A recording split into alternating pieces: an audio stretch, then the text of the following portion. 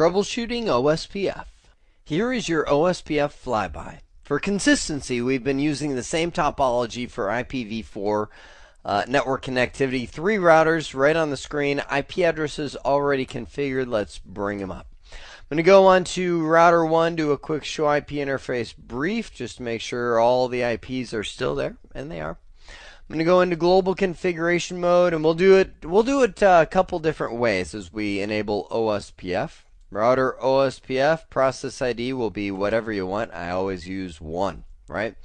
Then I'll do the router ID. I always do that first because if you change it after the first neighbor relationship has formed, you have to clear the OSPF process in order for the router ID change to take effect. So I just start it from the beginning. That way I don't have to worry about resetting the router or clearing the process or anything like that. Now I'll do my networks. Network 192.168.1.1. Cisco best practice is to zone right in on that IP address using a wildcard mask of all zeros, because again, this just identifies which interfaces run OSPF. It does not dictate what networks actually get advertised, at least based on the statement that you type in here, followed by whatever area I want this in. We'll make everything in area 0 in this case. So, well, you know, let's get crazy. Let's make these guys area 0, right? And then let's make these guys over here area 1, right? And that'll or AJ, area 1. So we have the ability to do a little bit of summarization. Okay, so we'll say area 0 on this guy. Yeah. That's about all the configuration we need. Let's hop over to router 2. Go into global configuration mode. Router OSPF 2, router ID 2222, network, and let's get a little broader. 192.168.0. Whoa, hang on. He's the ABR. Can't get that broad. Let's do 10.0.0.0.255 area 0. Neighbor relationship should form, and we'll wait for it. Network 192.168.2.0.0.0.255. I must not have logging turned on because it would have told me. We'll put that in area 1. So just by typing in those 2 commands, this becomes an ABR because it has an interface in 2 separate areas. I'm going to do a show IP OSPF neighbor. Okay, it's still in the midst of negotiating. It usually doesn't take that long. It must be a GNS3 thing. So let's move on over to router 3. We'll do move this up so we can see where router 3 is in the grand scheme. Global config mode. Router OSPF 1. Router ID 3333. Network 192.168. 2.0 area 1. Oh, hang on. Area 1. And hit the up arrow and do 3.0. That's how fast I want those neighbors to form right there. So you can see neighbor state changes come up. So we are now a full neighbor with router 2. So let's do a show IP OSPF neighbor. And I see that full neighbor relationship. Let's hop back over to router 2. Looks like he's had some success as well.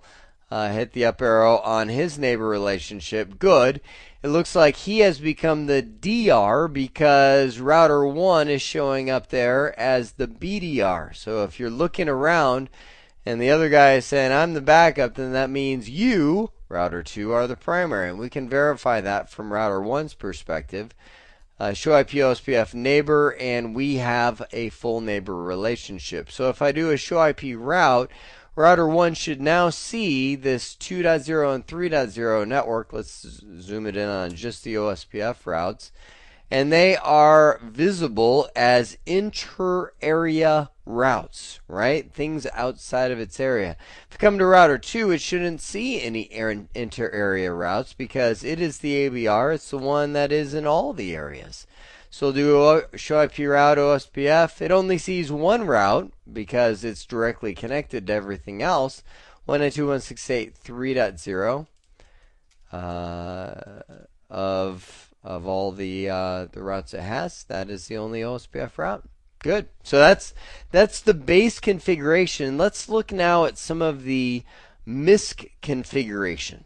I think the most obvious configuration everybody wants to see is a summary route because we've got an area border router in action. So let's go to the ABR himself and inject this summary. And this is going to be an ugly summary, but it will prove the concept. I'm going to go under router OSPF 1, and we will do area 1 range.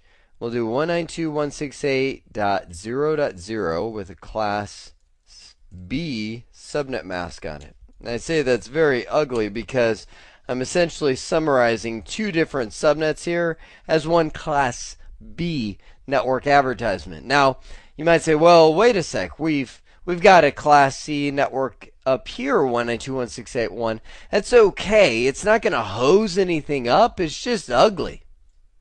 Look. I'm going to do a show IP route, and I can see that it is not receiving that summary route yet. And why would that be? Area 1 range should be there, right? Give it time. Just come over here. Why is that not appearing? Let's go over to router 2. Do a quick troubleshooting. Show run section router OSPF. And command should be in there. Area 1 range 192.168.0.0. Okay. Whoa. Whoa. What scam is this? Did I do that? No, I did that. I must have done that. You saw me, so obviously if you didn't catch it, I'm just kidding. I can't believe I did that. Well, obviously that would be a troubleshooting point number 1. Watch your process IDs. So now let's come in here and do area 1 range, enter. Okay, feeling a little better about that one. How did I use process ID? Did I do that anywhere else? Show up router OSPF 1. I must have just been moving too fast. So I'll hit the up arrow now. There we go. That's what I want to see. We've got the intra-area route 192.168.0.0/16. You can see it suppressed the .2 and the .3 from the table. This one's still okay because it's a more specific subnet mask, so it's going to overrun. Where this gets really ugly is if we were to continue on up here and do more 192 networks and things like that, and then try and summarize the other way. I mean, again, it's just terrible. I'm not saying it's best practice. I just wanted to show you that's how you inject this summary route for inter-area. Now, if router 1 maybe is an ASBR, Autonomous System Boundary Router, right? We could make that happen by doing a router OSPF 1. Let's do a redistribute connected. We'll say the subnets. We will set the metric to 20. That's the default. Leave the metric type. That's fine. So what should happen now is that serial 0/0, the 68 network, should also redistribute into the OSPF domain. Do show IP route, and we should see right there, there's our external network, right? Well, now router 1 wants to do some summarization. For an ASBR, it's a little different. We do summary address, and we type in the summary address. Let's do 68.0.0.0, right, with a mask 255.255. Actually, let's just do this like that, and we'll hit the enter key like that. That's how you do a summary route on an autonomous system boundary router. Now router 2. Whoa, no, I don't. should be receiving that summary route and suppress the more specific route. Again, same E2 type, external type 2 route. It's not going to increment its cost all the way through. It's going to say 20 as it passes network to network to network. That's how we do a summary route from area to area and from an external source. Now, how about a default route? On router 1, I can do a default information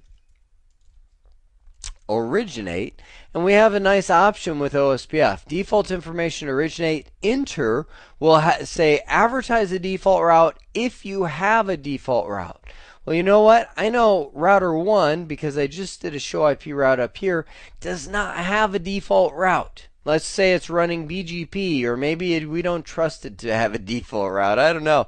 So we can type in default information originate always. And what that does is say always inject a default route, even if you don't have a default route of your own, right?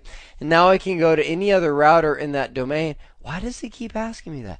And I'm going to do show IP route, and I should see now the default route coming from router 1 verified in the table, right? All good. So let's see, what other miscellaneous things? Let's talk about timers, right? Let's go over to router 1, and I'm going to go into interface fast Ethernet 0/0 and do IP OSPF, and we can in here do our hello interval. Hello interval, let's go 1 second. I want this thing to know. As soon as that neighbor is down, I know that neighbor is down. So I'm going to do the hello interval of 1. But by doing that, if I do a show IP OSPF interface, let's do fast Ethernet 0/0, you can see it's automatically adjusted itself to a hello timer of 1, but a dead timer of 4. It automatically adjusts itself way down. Right? And so now, if I do a show IP OSPF neighbor, it's only a matter of time, matter of fact, 7 seconds or so, before this neighbor isn't a neighbor anymore. Because it's rejecting, oh, goodbye. I almost sound like the AOL guy. Goodbye.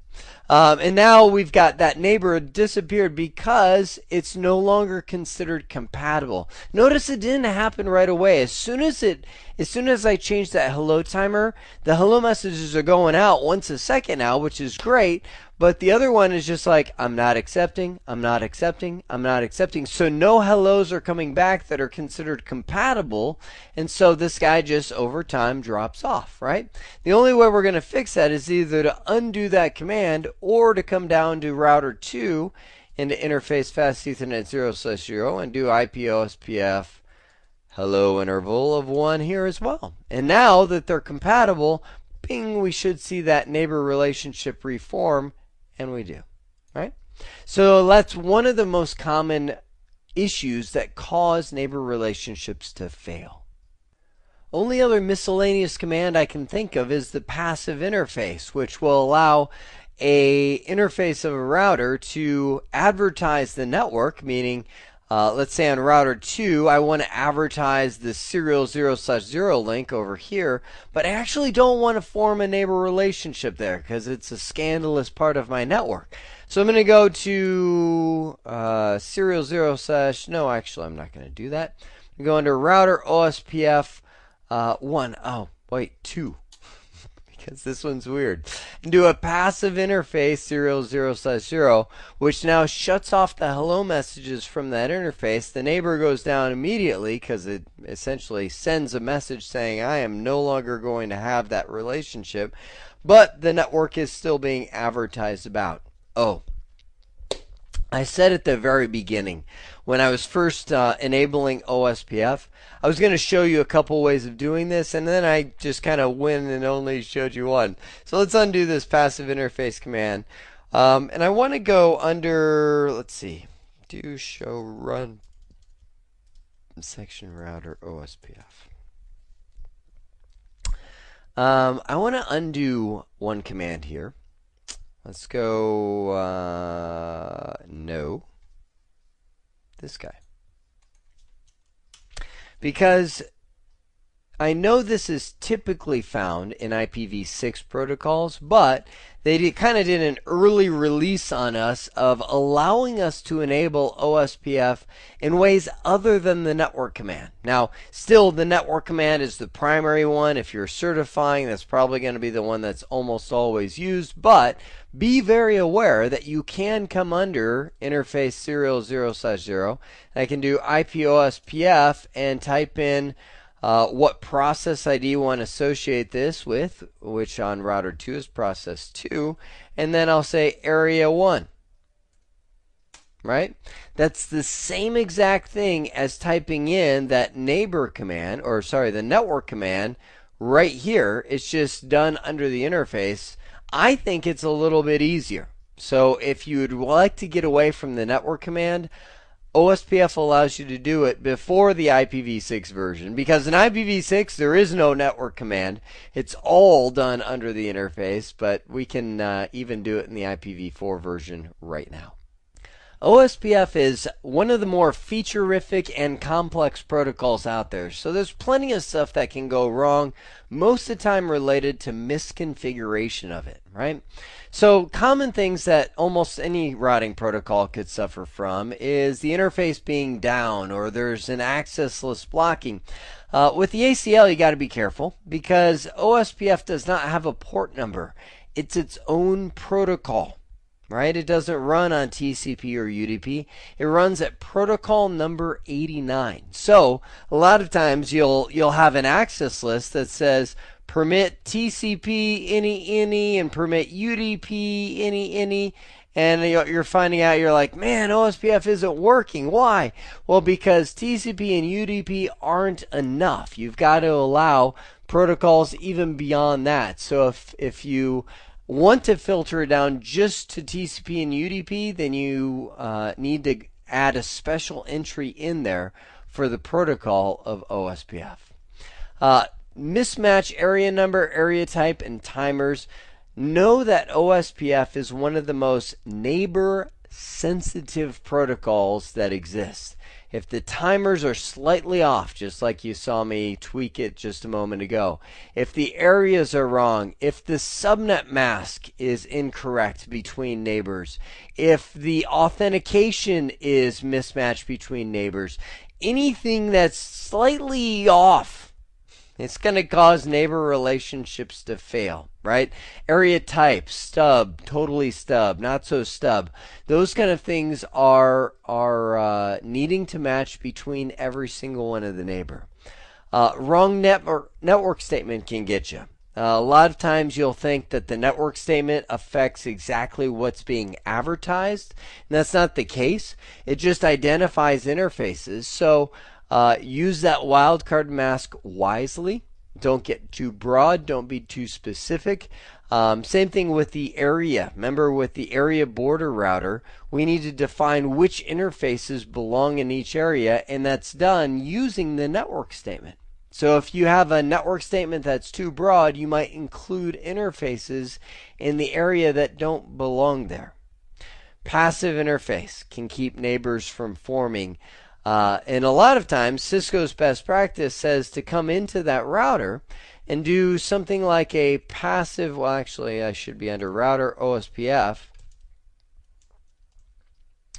2, and do a passive interface default, which turns off OSPF on every part of that router until I go in and manually enable it by typing in no passive interface, fast Ethernet 0/0, and serial 0/0 to turn it back on. That's the most secure way of doing OSPF, but it's easy to miss an interface and then have a gaping hole in your network somewhere, right? Wrong designated router elected in a hub and spoke environment. I'll mention this again in the IPv6 version, but in OSPF there's always a designated router on a shared network media. So when you've got a switch, let's just say, and a whole bunch of routers attached to that switch, it's going to elect a DR, which keeps the chattiness from happening. Because if you didn't have that, all these guys would form full neighbor relationships, which means massive resource consumptions from hellos and maintaining all those. But also, anytime there's a change, there's going to be a message to this guy, and then a message to that guy, and a message to this guy, this guy, this guy. It's going to be like a little fireworks explosion here. So instead, we have one of these routers, and OSPF does this by itself, elected as the designated router. Everybody forms a full relationship with him, right? And then he receives the updates, he digests them, and sends them out to everybody out. That's the two different multicast addresses, 224.0.0.5 and 6. That's used for OSPF communication. So he sends them out to everybody else, and then they process it and manage themselves accordingly. Well, if you've got a hub and spoke environment, let's just draw this up. Imagine this was a frame relay cloud, right? And I've got this guy as the hub, and I just allowed it to take its normal way about things, and this guy gets elected as the designated router because the designated router election will be somewhat random just based on the router ID. So he becomes the DR, right? Well, what's going to happen is everybody's going to form a full neighbor relationship with him, which means this guy becomes full, right, between these guys. And these guys will end up with two-way relationships, which means they recognize each other, but they're not actually going to exchange routes, which is going to be really lame for your network environment. So instead, you've got to make sure that every time you have the hub, it becomes the designated router. You can go so far to set the priority of these guys, IP OSPF priority under the interface, to 0 to make sure they never ever become the designated router, because it just doesn't work if that happens. Duplicate router IDs can also have problems within an area, especially. So let's just say area 0, you're hard coding router IDs and you use 1.1.1.1, and you're like me with process IDs, right? And you forget where you put one, and you assign this guy over here 1111, and now you've got this hole because they won't form neighbor relationships, and any routes that come from that guy won't happen and be advertised in the rest of the network. So those are the common ground things that can happen with OSPF. During the OSPF flyby, I think I did just about every one of those show commands in my on-the-fly troubleshooting as well. I think show IP protocols might be one you haven't seen. So we've got routing protocol as OSPF. This one shows what interfaces are enabled for OSPF, which interfaces are labeled as passive because we did the passive interface default on this router. Tells you that this router is an area border router, tells you its router ID. So a lot of good stuff about the routing protocol, as well as what other sources of information. So these are essentially its neighbors it's receiving updates from. Only other thing is the debug commands. Debug IP OSPF adjacency. You can see the hello messages, and that's kind of fun. But the adjacency is where it's all at. So this one, let's just hop over to router 3 and do a clear IP OSPF process, right? Yes. Goodbye. And we should see now this guy receiving all these updates as router 3 becomes a new neighbor. So that's too fast. Hang on, let's do it again. So this guy's now receiving all those updates. So you can see the hello message. You can see as it goes into the two-way state. They do a DBD exchange. Remember, database description packet, which is a summary of the OSPF database. You can see master and slave election happen, and then they start sending their LSU, LSAs, LSRs back and forth to get updated databases of all the information that they needed to make sure that everything is in sync. So I'm telling you, once you know the OSPF neighbor process, it's like, man, I just want to watch these adjacency debugs all day because it's kind of fun. You now know the core of troubleshooting OSPF. I hope this has been informative for you, and I'd like to thank you for viewing.